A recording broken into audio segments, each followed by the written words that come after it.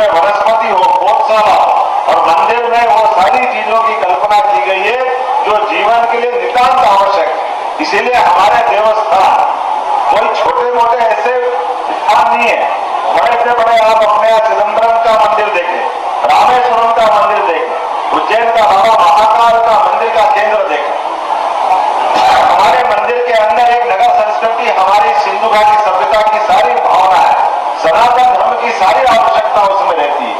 और हम सबके त्योहार भी ऐसे ही है और त्योहारों को ऋतुओं के साथ जोड़ाया गया। हमारी अपनी सरकार के लिए जोरदार तालियां बजाएं जनगणना संरक्षण अभियान के माध्यम से।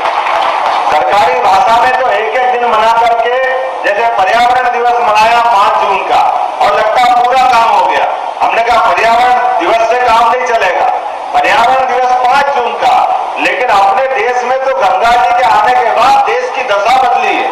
और गंगा जी का भागीरथ की तपस्या और उनके पूरे परिवार की, जिस प्रकार से गंगा जी ने हमारे देश में, कोई दुनिया में किसी और जगह रहता होगा, लेकिन भारत अगर आए तो विदेश के लोग भी कहते केवल गंगा जल लिया है।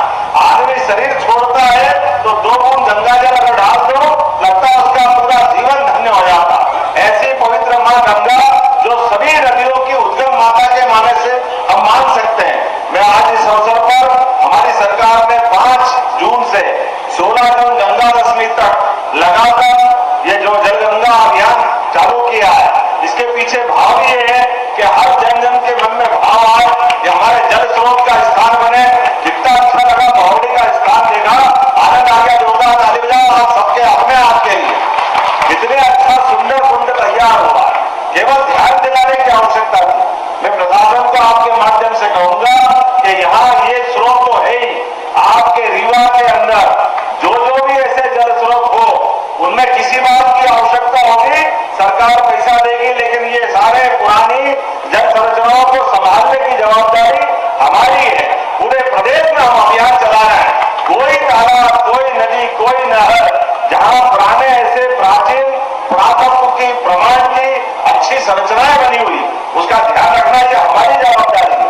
और एक आपने बिछिया नदी का, अपनी स्वच्छता तो प्रतीकात्मक होती है, लेकिन प्रतीकात्मक के साथ में जो यहाँ से ये सहायक नदी है, मूल नदी बीहर है, उससे मिलकर के जो जल स्रोत अपन ने जो शुरू किया है, मैं उम्मीद कर रहा हूँ प्रदेश भर में 212 नदियां हैं जिनका हमने अभियान हाथ में लिया है। 55 जिलों के अंदर 3676 करोड़ की राशि से लगभग हमारे अपने इस पूरे अभियान में 18 लाख लोग अलग अलग प्रकार से अपनी जन भागीदारी कर चुके हैं। मैं उम्मीद करता हूं आने वाले समय में यह संख्या भी बढ़ेगी, लेकिन संख्या कोई आंकड़ा रिकॉर्ड के लिए नहीं, ये मन के संतोष के लिए, आपकी और हमारी भावना के लिए।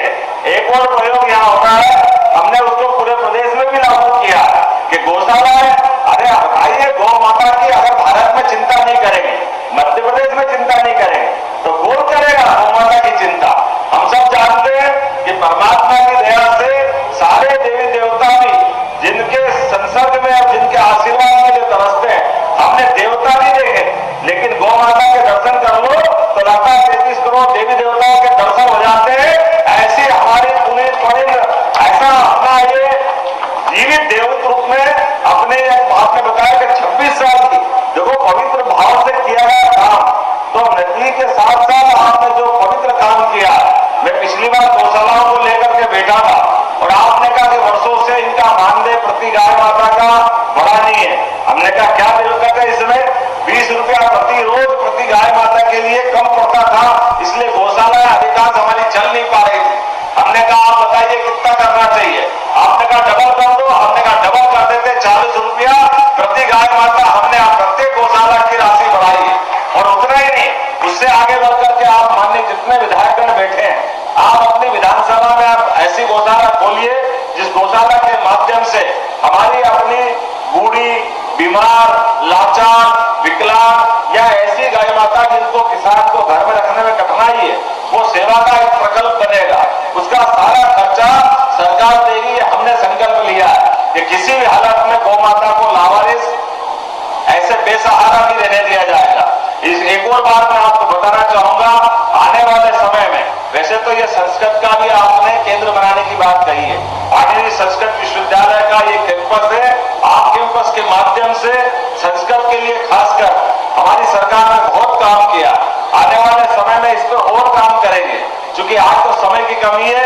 नई शिक्षा नीति के माध्यम से हमने अपने प्रदेश में सभी प्रकार के विषयों को, खास करके सनातन धर्म की सारी हमारी अपनी जिनकी मान्यता थी, काल के प्रवाह में पुरानी सरकारों ने उसको भुलाने का प्रयास किया, लेकिन हम सबको स्मरण कर रहे हैं। सिद्धार्थ भाई, आप भी मेरे को कुछ बता रहे थे, निश्चित रूप से आप और हम सब मिलकर के जो आप पाठ्यक्रम की दृष्टि से बताओगे, हम सब कुछ लाएंगे। और खासकर संस्कृत के लिए तो देव भाषा है, इसकी चिंता तो करना हमारा सबका फर्ज है। इसकी चिंता नहीं करेंगे तो कैसे करेंगे। मैं आने वाले समय में रीवा के बदलते दौर की तरफ भी देख रहा हूं, जिस प्रकार जिससे समय ने करवट बदली है। आज अपने यहाँ इस रीवा में एक नई एयर टैक्सी की शुरुआत भी हुई है।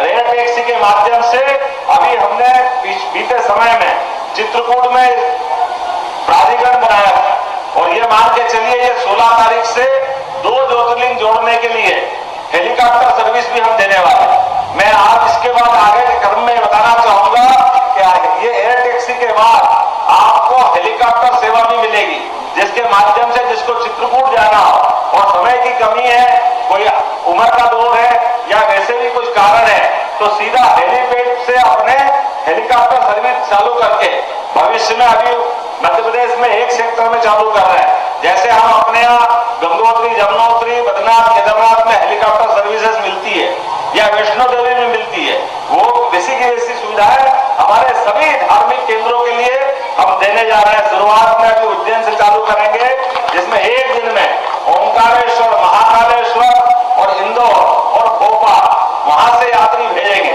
आने वाले समय में इसको और बढ़ाएंगे। एक और सौगात हमने दी है, जिसके माध्यम से हमारे अपने परिवार में कोई भी किसी कारण से हॉस्पिटल में भर्ती है और भर्ती होने वाले के लिए लगा कि अब ये रीवा मेडिकल के बजाय इसको वेदांता ले जाना दिल्ली या किसी और स्थान पे ले जाना, तो आप सबके लिए जोरदार ताली माननीय मोदी जी के लिए बजाइए, जिनने 5 लाख तक के आयुष्मान कार्ड की योजना दी है।